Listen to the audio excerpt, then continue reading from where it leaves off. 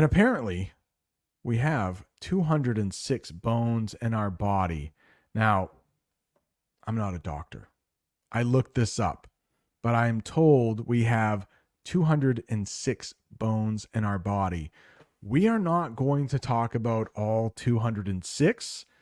We are going to focus on the most important bones. This is not a medical class, it's an English class. So I will read that sentence at the bottom. And if you would like to practice your shadowing, go ahead.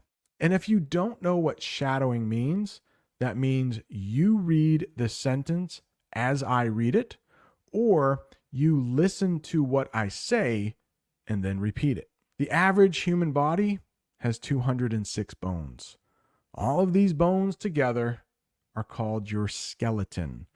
And I do have a picture of a skeleton.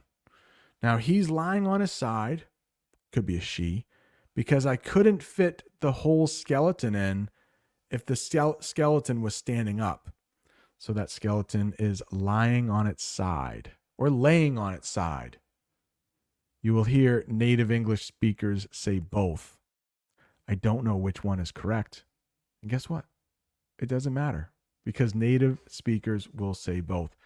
The skeleton is laying on its side or the skeleton is lying on its side. One of those is correct if you look it up in an English grammar book, but native English speakers will say both. This is October. Tomorrow in the United States, it will be October 1st. And October in the United States is often a month where spooky things are shown. Some people might have decorations of skeletons outside their home because on October 31st, it's Halloween. And I think I've done some English lessons about Halloween. Always a fun time of year here. The leaves are falling, starting to get a little colder, starting to get a little darker. Let's talk about skull. I do have a sentence for you. That is what we would call a skull. The skull is the bone that protects your brain.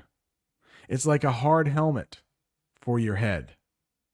So a couple things we should talk about right there, but that is a skull. Pretty sure everyone watching has a skull.